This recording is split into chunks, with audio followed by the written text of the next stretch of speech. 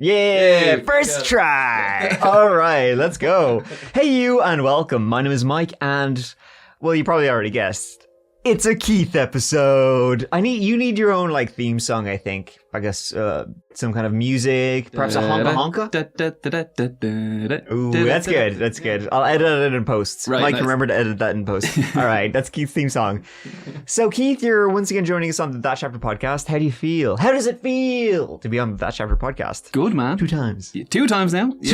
2 times. Yeah, man. Excited. Very excited to be here. Yeah. Very excited to be back. Mm-hmm. Today we're talking about an interesting case, which I'm Fascinating. Fascinating. Yeah, it is. Keith, I've had you on previously to talk about vampires. Vampires. Well, the vampire. Yeah. That's, well, actually, to be fair, how the sausage is made, if you will. That's an unreleased episode. It's a good one, though. I think we should release it sometime. I'll put it as a bonus episode per chance when we talk about vampires, because I did like how we talked about Vlad the Impaler, and, if impaling somebody was a good way to talk about sex, which I think it is. I think that if I say I'm impaling somebody, you know what happened last night, right? Yeah, I was getting my tube bailed. So I think it's a good one. Last time as well, we also talked about Victorian ghosts. The Hammersmith ghost. We did. Yeah. Ooh, that was spooky. And you had the amazing ability to be able to tell what day of the week it was based on the date. Yeah. Which is pretty good. Yeah, and I can tell it's a Thursday. Hey, today's a Thursday. Right. Double check that. You know what? I don't even need to double check. I trust you. I believe you. But now, in this whole episode that I have Keith on, we are talking about witches. Mm-hmm. So we're hitting the big tree, I guess. We have witches, ghosts, and soon-to-be vampires. So yeah. I'd say that's the... Yeah, you said you're going to release out the vampires. Oh yeah, I suppose I will. Yeah, we'll see. But this time we are talking about the story of Charles Walton, an Englishman, and the gruesome end he met. And that was followed by an investigation by a famous police officer named Robert Fabian, who himself would run into some very odd things as he sought to find Charles's killer. And the stories that surrounding it, the legends, the rumors of witches. Perhaps Charles himself was a witch. Oh. Perhaps there was witches in the area. There's a lot of witch. It's a very creepy story. Genuinely, this story was... Researching it is one of the more interesting ones I've done in a long time. It's just, there's an atmosphere around the story, which I find fascinating. Like, there was a article I read briefly about it, which was just touched the surface of what it was. Like, yeah, that's interesting. But the more I delved into it and kind of researched more, it uncovers so much, and there's so much history there. Really interesting history as well, and so much dark folklore and suspicion. Yeah, it's good. It's good. Ooh, yeah. Hell yeah, brother. So on a lonely, windswept hill in the middle of England, there was a horrific murder. Now, this hill, for you folks, so it was in the middle of England, in the middle of the countryside, and just think of like green fields, hedgerows, that kind of thing, very hilly, not particularly rugged landscape, kind of rolling hills a little bit, except for this hill. This hill kind of stands out, I think, I've looked up a lot of pictures and videos of this. It seems out of place amongst the landscape. It does indeed. It's very odd. It's this hill, which is what we're going to talk about, Meon Hill. It's unusual to the ones that surrounding it, as it overlooks the endless fields. Like, it's a lonely place. It feels forgotten, and certainly a place you would visit for occult and forbidden rituals on moonless nights. A place you could imagine sacrifices and bonfires held at Sabbaths in autumn. The old witch's Sabbath. The hour of the wool. The top of the hill, now, it's flat. And the shade of grass at the top of the hill, it's different to the surrounding fields. It's a different shade of green. There's so many shades of green, but this one is different. And in the center of this flat hilltop stands an old oak tree called the Witch Tree. And the history of this hill, Meon Hill, it's long and it's haunted. It was the site of a prehistoric fort, followed by a Roman fort. Pieces of history have been found there along with human skeletons. Spooky. Yeah, I read that, like, as you said, the history goes way back to Neolithic times. And there is evidence from archaeologists from, as you said, like Bronze Age times and other, like, Romans and stuff. But they found skeletons, and then they also found gold buried there as well. Ooh, well, color me intrigued. Tell me more. They found gold buried there from the Celts. Local folklore says the devil lives on the hill, and it's best avoided at night for your own good. The surrounding villages, they all seem to live in fear of Meon Hill, and ghostly creatures have been spotted there, including a monstrous, red-eyed beast that would roam the countryside. And there have been reports, many reports actually, in fact, of a strange booming sound coming from the hill. Is it like booming like drums, or just like thunder? Oh.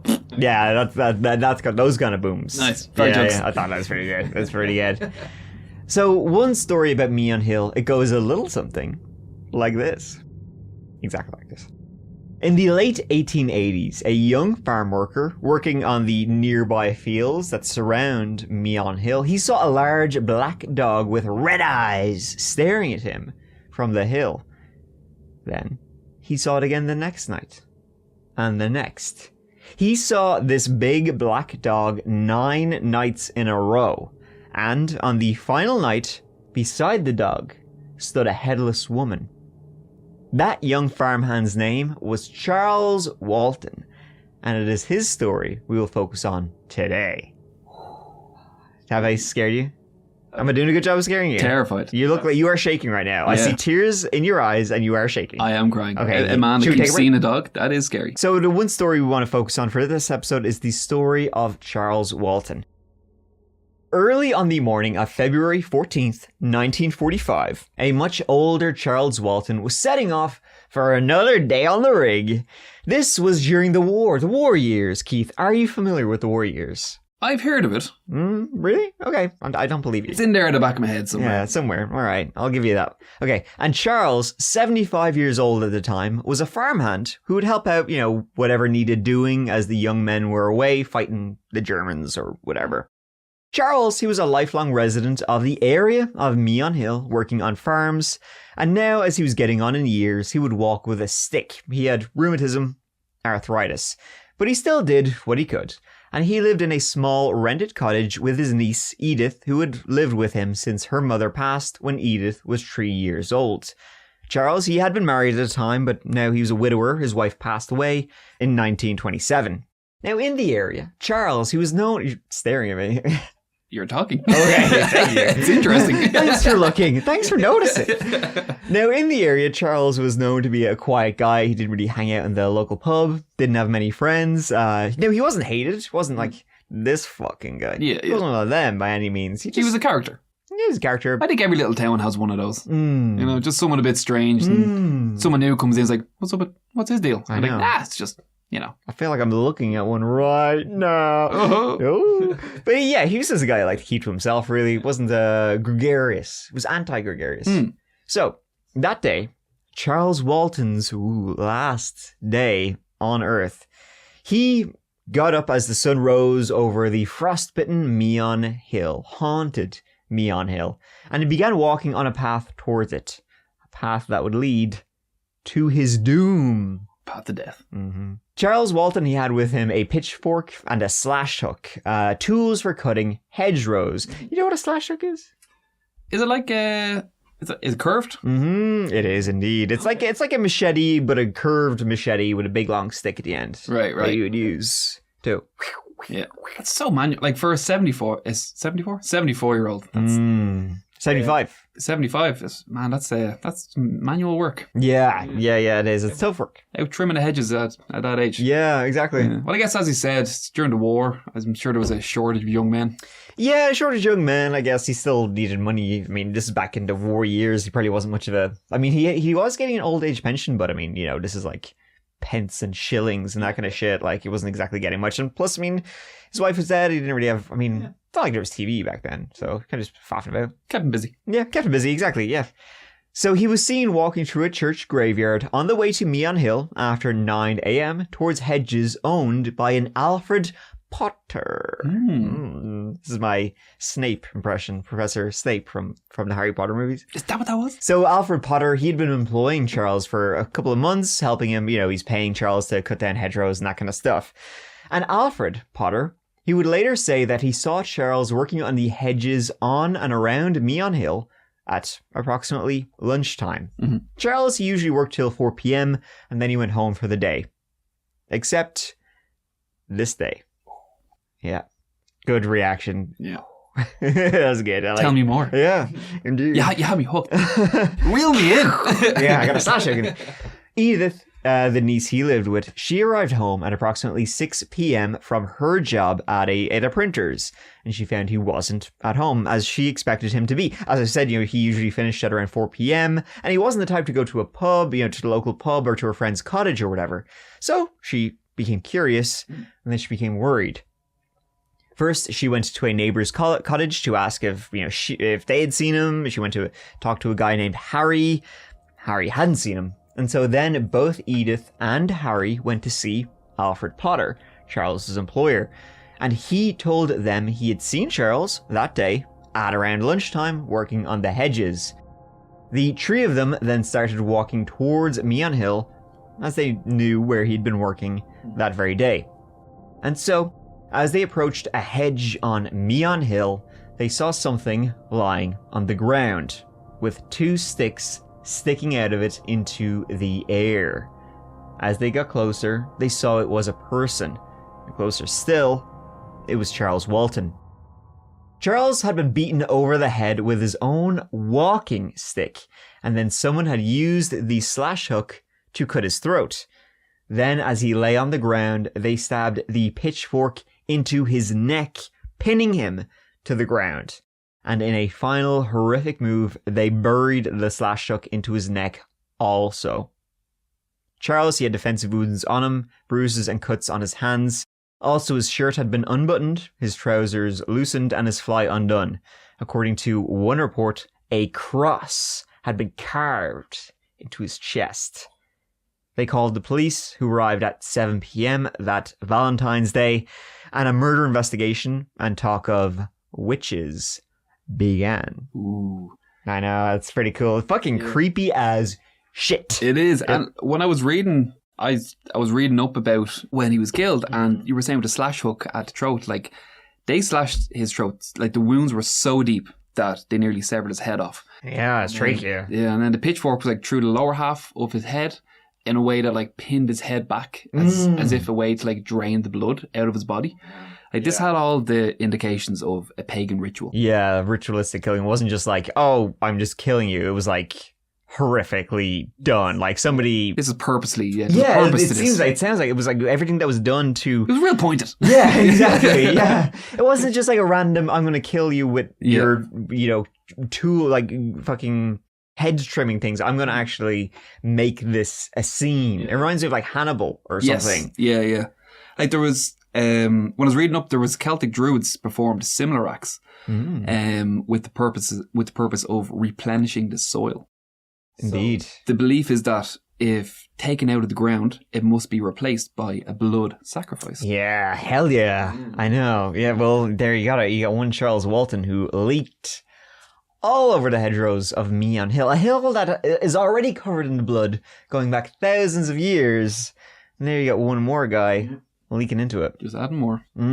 But the history of witches in the area, it seems like it's pretty long and a storied history. So we're talking about England with witches. So like witchcraft in England has been around for centuries. Since there were witches, which I believe were quite a time. Yeah, pretty much. Fuckers. Yeah, like most of the world really. I think like the witches, like they date back to, there was records from Egyptian times and stuff. But for a very long time, witches, they weren't really seen as evil. They were more healers. So you'd go to a witch like you would a doctor. Yeah, they had like white magic and then black magic. Yes. That's what we're interested in. Yeah, dude. But yeah, for sure. I mean, even during the days like, of like Salem and stuff like that, there was kind of spells that people would believed in worked, but they were, as I said, considered white magic, not like working with the devil. Exactly. When I went to Salem a while ago, they would do stuff like bury shoes outside the house to protect the home. Yeah, I said like there was a lot of white witches, and then there was the dark magic that came in, and witch hunting became a widespread phenomenon, where witch hunters would literally stop at nothing to drive out the suspected witch. Within Europe, I think one of the main reasons for this was there was a public decree issued by the Pope in the 15th century. Yeah, pretty much. He was denouncing witches. Oh, really? I like how he had to come out and make a decree about it. It's like, listen, if I don't hear with these fucking witches, guys, I'm making it. I'm putting out a statement. Yeah, put out a statement. Yeah, exactly. I'm sick of it. I'm just fed up with witches, guys.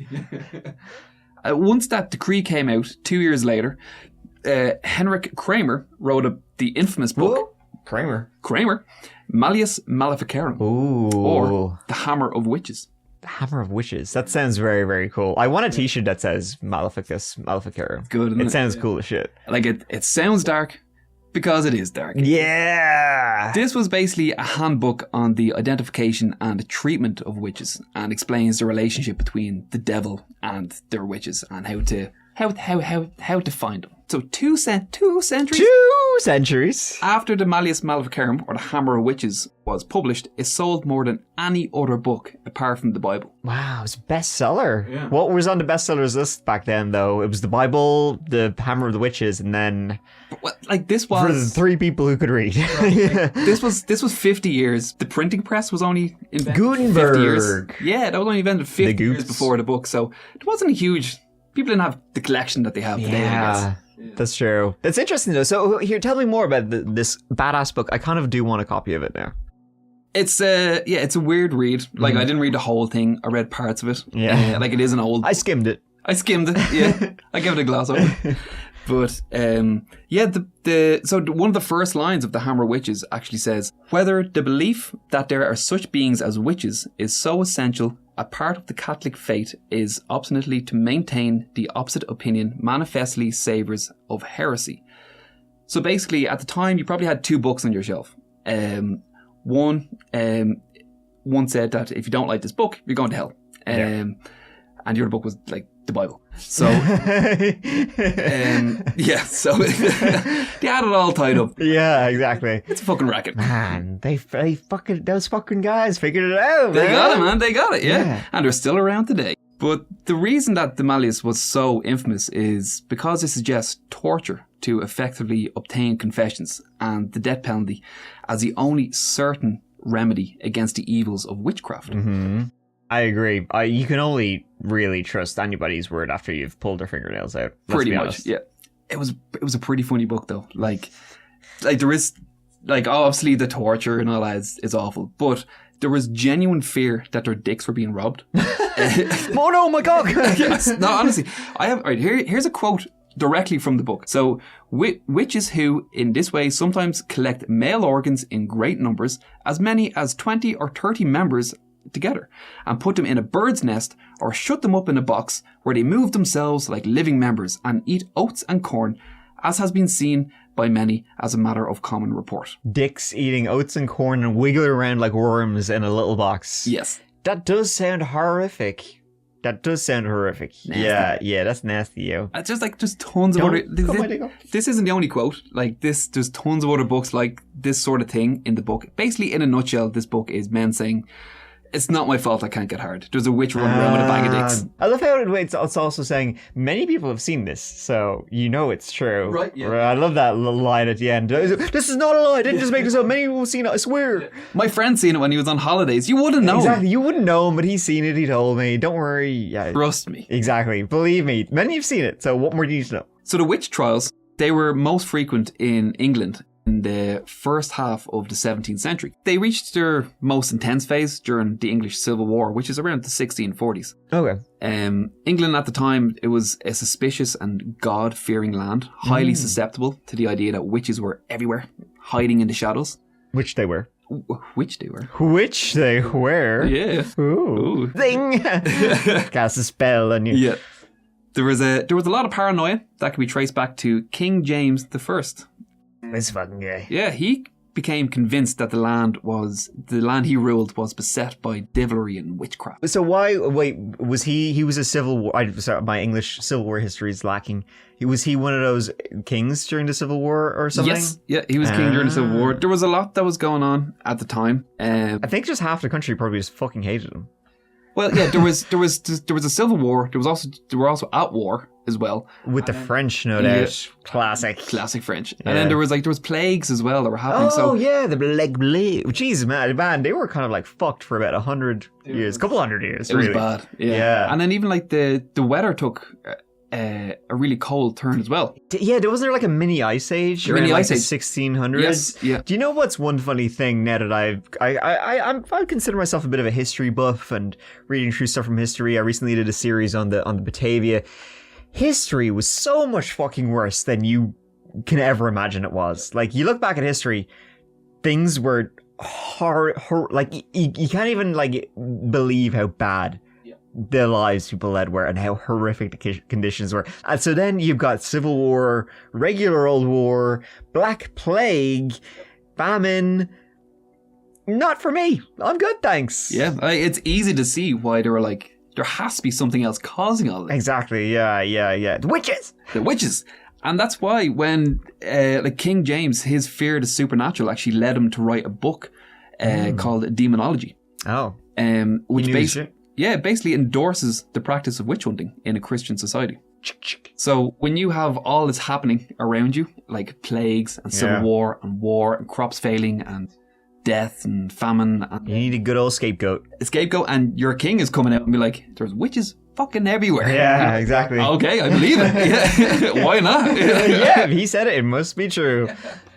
And it was, this period, it was intense witch hunts. Most notable of witch hunters was a guy called Matthew Hopkins. Matty Hoppy. Matty Hoppy. He was the infamous Witchfinder General, and he was a real piece of shit. Witchfinder General, that's a pretty cool name though, like title. Yeah, he gave himself that title. That's why. I would give myself that title too if I could. In fact, maybe I shall. That title is cool as shit. It's a the good one. Witchfinder General. Yeah. Oh man. It's estimated. A little badge with that on. Right, that would be Sweet good. as fuck, Little witch's hat. Yeah. Yeah, that'd be nice. Yeah, I'd be into that. It's estimated he was responsible for the deaths between 200 and 300 people. So this was a time where you made your money any way you could, no matter how morally bad it was. Yeah. And Hopkins, he was only too happy to jump on this witch finding bandwagon. He actually coined the phrase "get witch or die trying." I like this guy already. He seems pretty fucking cool. He's good, yeah. He's cool. I like him. They should make a movie about him. He's a jack of all trades. He is. But he started his career after he allegedly heard multiple women discussing their meetings with the devil. Women up to no good as usual. Yeah. Convenient that he came across that. Yes, exactly. I mean, it's not like he would lie about anything this when he has given himself the job of finding witches. Right, yep. And so he said about finding evidence of This witchcraft. guy, sorry, I was going to say, this guy fucking rules. By the way, he's such a bastard. He's great. He found a gap in the market and he's like, I'm going to fill that gap. I love this guy already. So he said about finding evidence of witchcraft among this group of women, which he did. And 19 of the women that he found guilty were hanged. Wow. So Okay. he gets results. Yeah, exactly. So there were several ways. I mean, he's clearly pretty good at his job, though. He found 19 witches. So, Right? Yeah. You know, let's not judge him too harshly. I thought there was 19. I got 19. That's 100%. He's batting 100 at this. But yes, exactly. So there were several ways a witch could be identified. One was one such sign that a person was a witch was a mole or an age spot or a birthmark or honestly just any mark. Some kind of grotesque disfigurement is what you're saying. That sounds like what you're describing to me. Doesn't even have to be that. It can be anything. Just any mark at all. You go, oh, that's a witch. No, only grotesque people have moles and stuff, I feel. Or age spots or wrinkles or anything like that. Don't look at my skin. Me poke my sleeve. Well, like that was the thing. They didn't even just search like, the visible skin. Yeah. They searched everywhere. I heard that they would even search your fucking gooch, like your taint. They would spread your butt cheeks apart. Yeah. And also, like... That's awkward. Like, oh, that's a mark. Yeah, that's a piece of poop. Yeah, exactly. Like, we talk about how horrific the conditions were. People were also ugly as shit back in medieval times. Like, people did not age well at all. Like, by the time you were 20, you looked like you were 50. Yeah. You know, like you were there was no such thing as sunscreen, and they all worked outside in the fields all day. You'd have actually a hard time finding weird marks that weren't even weird, that were just completely normal under probably the shit that was covering their skin. Because these people literally slept on the floor, like with the dog. That's the thing. Like, there was definitely not one person that didn't have a mark. Yeah, with these marks, these were seen as the mark of the devil. And one which the witch used to suckle her familiar. So they'd suckle on their teeth. Yum, yum, yum. Suck, suck. And so a familiar was a demon that helped out the witch in their evil doings, often disguised as a domestic pet, such as a cat or a dog. But there were also rabbits and frogs and... Is that where like black cats come from? That's supposed to be a witch's familiar? Yes. So familiar. Man, that's pretty cool. Maybe, do you think you're my familiar, Keith? You help me out in some devilment? Yeah, well, I do suckle on your teeth every now and again. Oh, yeah! I'll give you some suck on, pal. I like this. But so that was one way of finding a witch. Another method of uncovering a witch's true identity was to prick them with pins. Prick them with pins. Okay. So you just go up to somebody you think is a witch, stick a pin in them. Yep. And what am I expecting to happen? You come back later, you stick a pin. Hey, no, very nice. So you stick a pin or you give them a little nick or a cut, and if they bleed, then they're not a witch. If they don't bleed, then there's some sort of devilry at action here. They have like a protective skin. Exactly. By the devil. Yeah, he protects them. So Hopkins, he actually employed services of seekers to do the dirty work, so searching these women. And yeah, they would search the bodies of the accused women for the devil's mark. So he had a little like gang. He had a pop. The witch hunter general had his soldiers who he would send out to go and find witches. Yeah. Who were also doing this for money. They were not doing this, for religious reasons or for, trying to cleanse the land. This was a for-profit enterprise. Yeah, it was kind of like a witch pyramid scheme in a way. Yeah. Were they successful? Oh God, yeah. So whoa. So these seekers, they would later become known as lady prickers. Lady prickers. They travelled from village to village and town to town, of course charging about 20 shillings to a town to find witches. So they go to a town, they're like, we'll find your witches. Okay, cough it up. You've tons of witches in here, but we'll find them for you. Okay, that sounds good. And yeah, they were called lady prickers because their job involved cutting the arm of the accused with a knife or needle or pin. And as said, if she didn't bleed, she was a witch.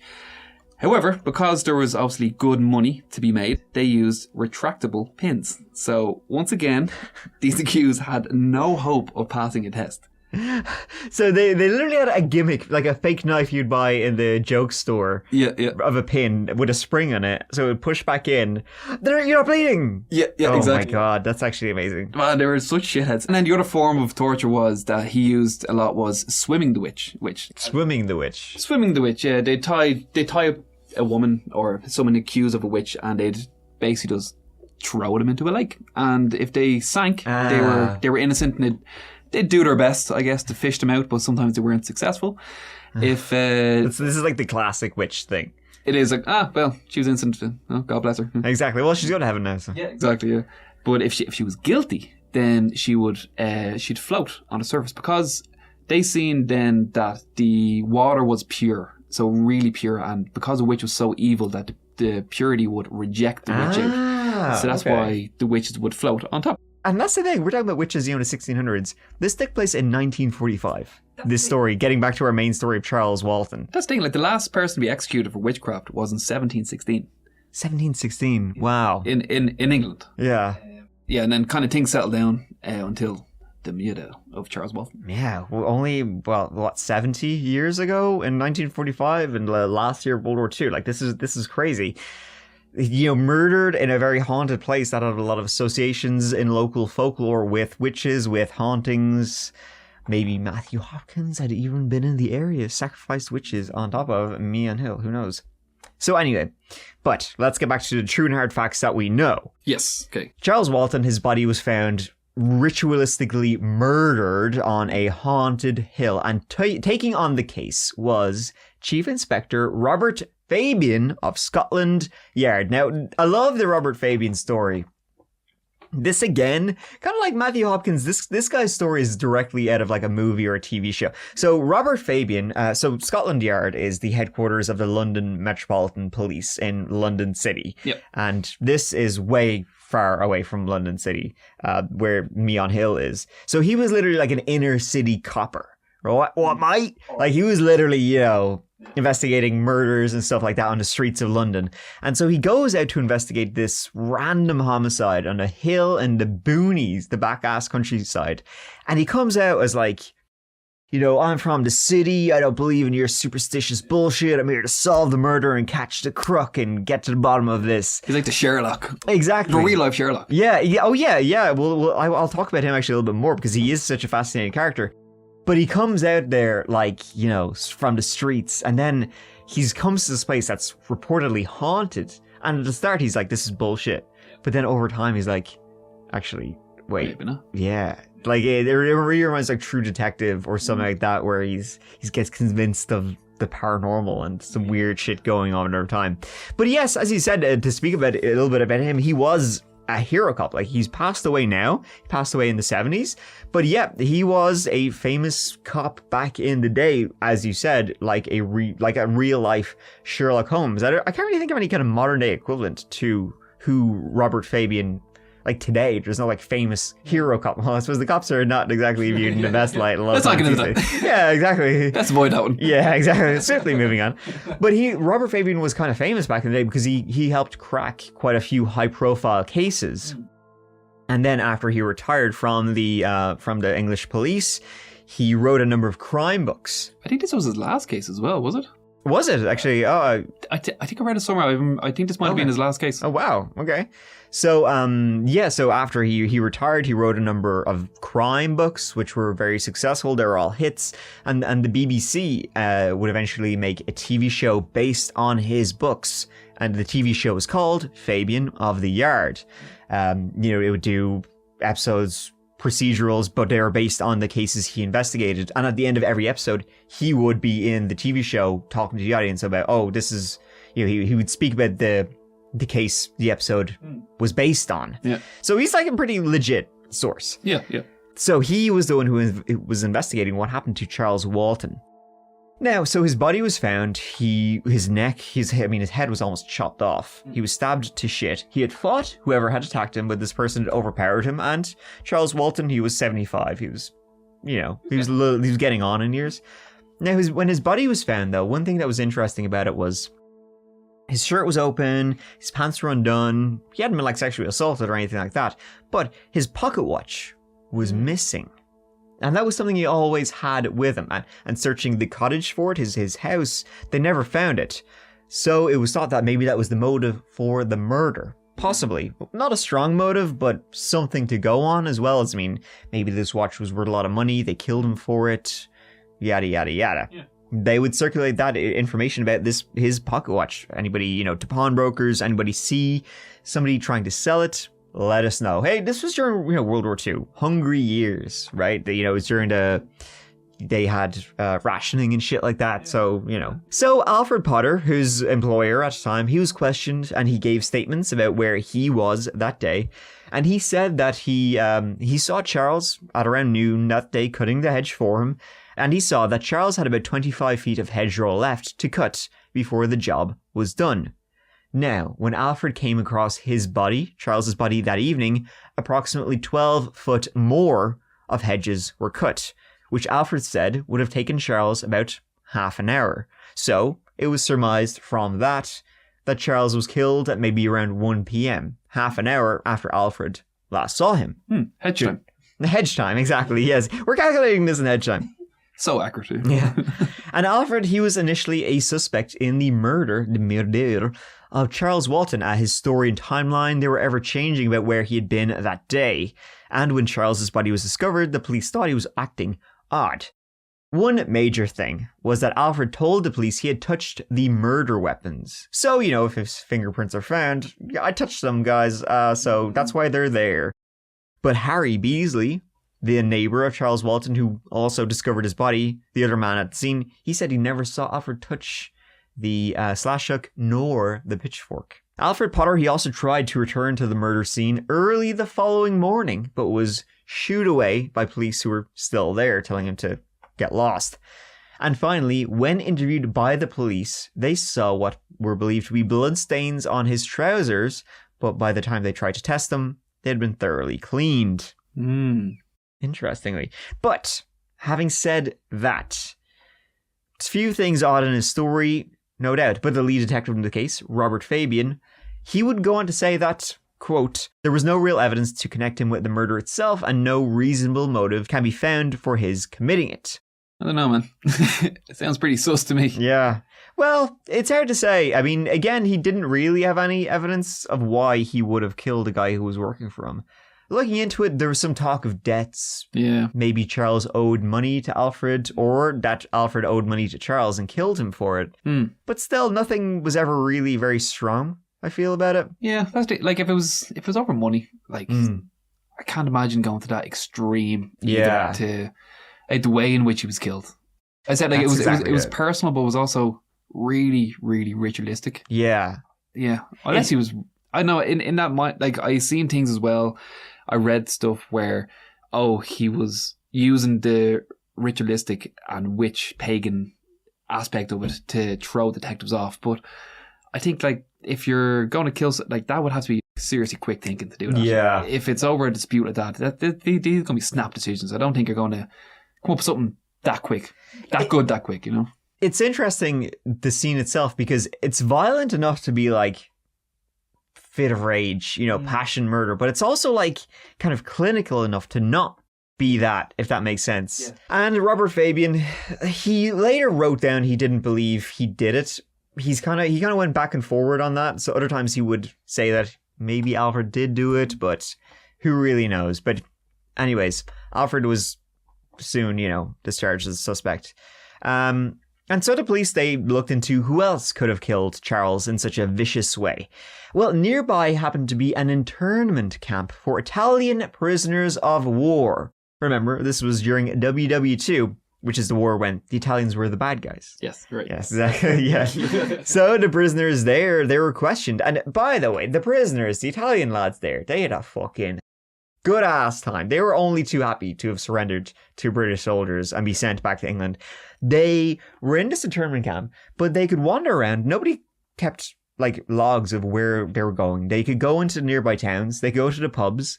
They could go to the theaters. They could go to see the movies. They could do whatever they want. It was essentially they were on holiday. Regarding the Italian soldiers, Robert Fabian, he didn't believe any of them were in the area of Meon Hill that day. Nor were they have any reason to murder a 75-year-old man who was just cutting hedges. Villagers throughout the area were also questioned about that day. They were also questioned about the watch, right? Hey, if they find the watch, they find the killer. Yep. That was the thinking. That would be the logical thinking. But no sign of the watch nor the killer. There was no suspects. Nothing at all. Things went cold in the murder of Charles Walton very, very, very quickly. But on the paranormal side, things would start to heat up. Getting spicy. Witch's cauldron, you might say. Even Robert Fabian, as I said, the police officer who would later go on to become famous, he had some interactions with weird things on Meon Hill during the investigation. Tell me more. I shall. Great. In fact, Robert Fabian later wrote this, right? Quote, I advise anybody who is tempted at any time to venture into black magic, witchcraft, shamanism, call it what you will, to remember Charles Walton and to think of his death, which was clearly the ghastly climax of a pagan rite. Even inner city cop Robert Fabian now was saying this was ritualistic. This was a pagan ritual. He was converted. He was converted. I heard he got a lot of pushback from locals. Indeed, that was yes. He was met with, when he tried talking to a lot of locals, what he called the wall of silence. Locals did not talk to the police, and they certainly did not want to talk about what happened to Charles Walton, lest they meet the same fate. This is like one of those cases where it feels like, this case really reminds me of, and any listeners out there who know H.P. Lovecraft, it really reminds me of like the Dunwich Horror or Shadow over Innsmouth, right, where it's a case of locals don't speak to outsiders. They know a lot more about what really was going on.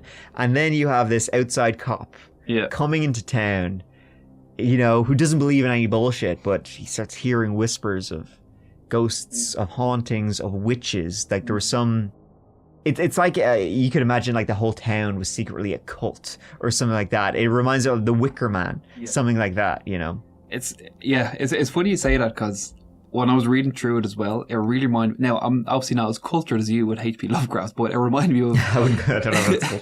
You remind me of, do you know that film Hot Fuzz? yes. That's it. Yes, but that's a better. No, that is better. Yes. It's just like, well, that's the... He's Simon Pegg's character. Yes. Let me look it up. This film was released in 2007, February 14th. Oh, the same day Charles Walton was murdered. Coincidence? Yeah, probably. So he started experiencing some weird things, like the black dogs. That was a frequent local superstition, a part of local folklore, that people would often see these humongous big black dogs with red eyes haunting the countryside. Shortly after the murder, allegedly a large black dog was found hanging from the witch tree atop Meon Hill. Another time, while again walking on Meon Hill, Robert Fabian, he encountered a large black dog. This was around dusk. He's going for a stroll and he sees this giant animal. He said the dog walked past him, paid him no mind, and Robert didn't think much of it at the time. He continued walking, doing it for his evening stroll, but a couple of minutes later he met a young boy walking in the opposite direction, as if following the dog. So Robert said to the boy, "Hey, was that yours? Was that your black dog I just passed?" At which point, when he said this, the boy's face went white and he sprinted in the opposite direction. Now, one rumor in the area was that Charles himself was a witch, which, key to you, hey, you touched on that already, about his blood being used to purify the soil. That was also a rumor and superstition that went around time. And it was said that Charles himself, he kind of had some witchy things about him. Like, he said it was said, Charles Walton, he had a very strange affinity with animals. People would say that it felt like he could talk to animals. Yeah. Birds would eat seeds out of his hands. Random animal, people said that he could just say something, an animal would come up to him. So some people said that he himself was a witch, a quiet guy who kept to himself. Rumors abound about those kind of people. And some people also said, that they had been victims of some of his spells, that, they wronged Charles and now their fields won't grow. Yeah, I've heard that. He's cursed the local land and made it barren. Exactly. And so then his murder, his blood into the soil, purifies the land. And speaking of purifying the land, he died on the 14th of February, which is Valentine's Day, as we all know. But it's also Lupercalia Eve, which Lupercalia is the 15th of February. So he died on Lupercalia Eve, the eve of a pagan festival which was held to promote purity, health, and fertility. There you go. Was Charles Walton murdered as a sacrifice to purify and make fertile the ground?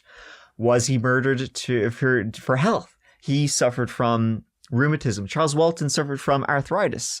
Maybe somebody else who had arthritis ritualistically murdered Charles Walton for their own good. That makes sense.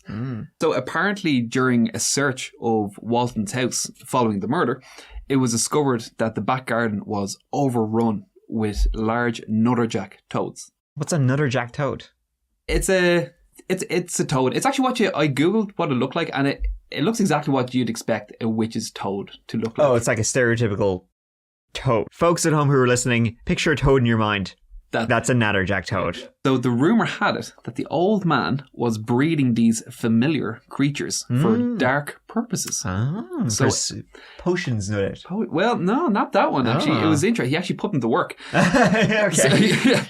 So apparently one of his magical powers was to hook up these nutterjack toads to toy ploughs and run them across the fields to blight people's crops. So there was also some strange, similar witch cases within the area as well. I think this is also what Fabian, I guess, kind of grew his paranoia and suspicion that there was there were similar cases that happened in such a short, or it's such a small location. Yeah. So less than an hour's drive from where Charles Walton was murdered in April 1943. So 2 years before, the remains of a still unidentified woman was discovered in the cavity of a wych elm tree in Hagley Wood. 4 young boys, they went into Hagley Wood looking for birds' eggs. That sounds like a lie. I'm sure they were up to something else. Yeah, it does sound like a lie. Right? No, we weren't drinking. We were looking for birds' eggs. Birds' eggs. Yeah, sure. Why not? Yeah. But they found more than they expected. A human skull, in fact. Ooh. So hidden in the hollow trunk of a wych elm. Ooh. When the police were alerted, they found nearly a complete skeleton of an adult woman. I say nearly because her left hand had been separated from the rest of her body and was located nearby. This bore all the hallmarks of black magic because... So, one is the hand of glory of an executed person being ritually, which is ritually and very powerful. And the other one is the dead body enclosed in a tree would make it unable to hunt its murderers. Ooh. Yeah, so if you bury someone in a tree, they can't come out and hunt you. A lot of people following the occult think the hand was used for the hand of glory. Wait, have you heard? I'm sure you've seen the hand of glory. Do you know that hand that has you light a wick on each finger? Right. Yes. That's the hand of glory. And usually that is made by. It's a hand cut off someone who's hanged. Oh, and then cool. It's dried out. And then they encase it in the fat of a hangman. And then basically either use the dried out fingertips as wicks themselves, or they add wicks onto the fingertips. But yeah, the hand of glory was used a lot in the 18th century by burglars.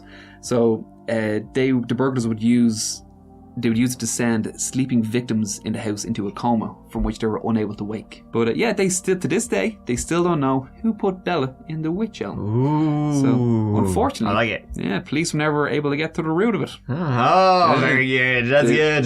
That's good. They need to branch out with their investigation. Oh, snap. Oh, damn. I had some more puns, but I'll leave it there. Okay, now this is too much. That was a bit too corny. Stop. Hey! Okay, I'm done. Yes. Yeah, then there was that other case that you mentioned earlier. In 1875, an old woman had been killed under the exact same circumstances. A pitchfork in the throat, and a young man that confessed to the crime said later in court that he had done it to rid the village of witchcraft. Anne Tennant was her name, and she was attacked with a pitchfork by James Haywood in the street of Warwickshire village of Long Compton. Is this far from Meon Hill? Not too far. I think, again, I looked it up. I think it's around an hour's drive. Oh, okay. Yeah. So relatively same area. Pretty close, yeah. He accused her of being a witch and suspected there were other witches in the village. Haywood believed Tennant was one of 16 witches that lived in the village. And he only got one of them. So there's more out there. Okay, man. You should get Matthew Hopkins on the job, right? Yeah, right? He would have sorted it out. So, and that's some weird surrounding cases, but the murder of Charles Walton himself, it's never been solved. Likely never been solved due to the fact that locals, they didn't talk about such things. But here is something really strange and creepy that happened 15 years after the murder of Charles Walton. Now remember, Charles's pocket watch was missing. It wasn't found on his body. It wasn't found on his house. It wasn't found in the surrounding outhouses. It wasn't found anywhere. They never found it. So they believe that if they find the watch, they'll find the killer. Well, in 1960, one of the outhouses beside Charles's cottage was being demolished. And during that, a worker happened to find in the earth Charles's watch. In the earth as they were demolishing an outhouse. The watch he'd been wearing on the day of his death. And this had all been searched thoroughly after his body was found. This wasn't there before. Right. So someone put it back. Yes. Yeah, exactly. The killer came and they left it back inside his house. And the worker opened the pocket watch, and inside was a small colored piece of glass. Imagine sea glass or something like that. Okay. That was thought to be witch glass, something used to reflect and absorb evil spells. Very, very strange. And again, this was an area that had been searched before, and it wasn't there. That's interesting. Again, more ties to witchcraft. So, who had the watch? How it got there? Remains a mystery. And that ends the tale of Charles Walton and the witchcraft murder. Now, this is, by the way, this is the second creepy tale we've told that takes place in England. Because I'll actually do creepier ones with you. So you know what that means, really. Get the shotgun. England's haunted. Coming for you, England. We're coming over, boys. So yeah, what do you think? What do you think of this one, bro? Loved it, man. It was great. Super interesting. Super creepy story. Yeah, I learned a lot. I definitely enjoyed this one. I really do enjoy doing the creepy stories. The creepy side of life. Yeah. Everything dark and the occult, the mysterious. Yeah, these cases, like, doing true crime, like I do true crime all the time. So these cases that have like creepy connotations is super interesting because I love horror stuff. So it's great. It's awesome. Yeah. It's true crime, but it's also like supernatural. Yeah, exactly. Yeah. We should tell more ghost stories for sure. Yes, into it. But yeah. That's the end of the case of Charles Walton. Folks, thank you so much for listening. Anything to add, Keith, before we finish off for the sole episode of the That Chapter podcast? Witches be crazy. Witches be crazy. Could have said it better myself. Thank you so much for listening. I really appreciate you taking the time to be here, listening to me and Keith yap away about witches and murder. Please, if you wouldn't mind leaving a review wherever you listen to this podcast, that would be incredibly awesome. And always be sure to check out the That Chapter podcast, which comes out twice a week, every Monday and every Friday, with videos on the YouTube channel. So give it a go, but we will leave it there. Anything to say, Keith, before we sign off? No, man. Thanks again for having me. Really appreciate it. And excited to do the next one. As always, take care of each other and yourselves, because I love you. I love you too. Mike out.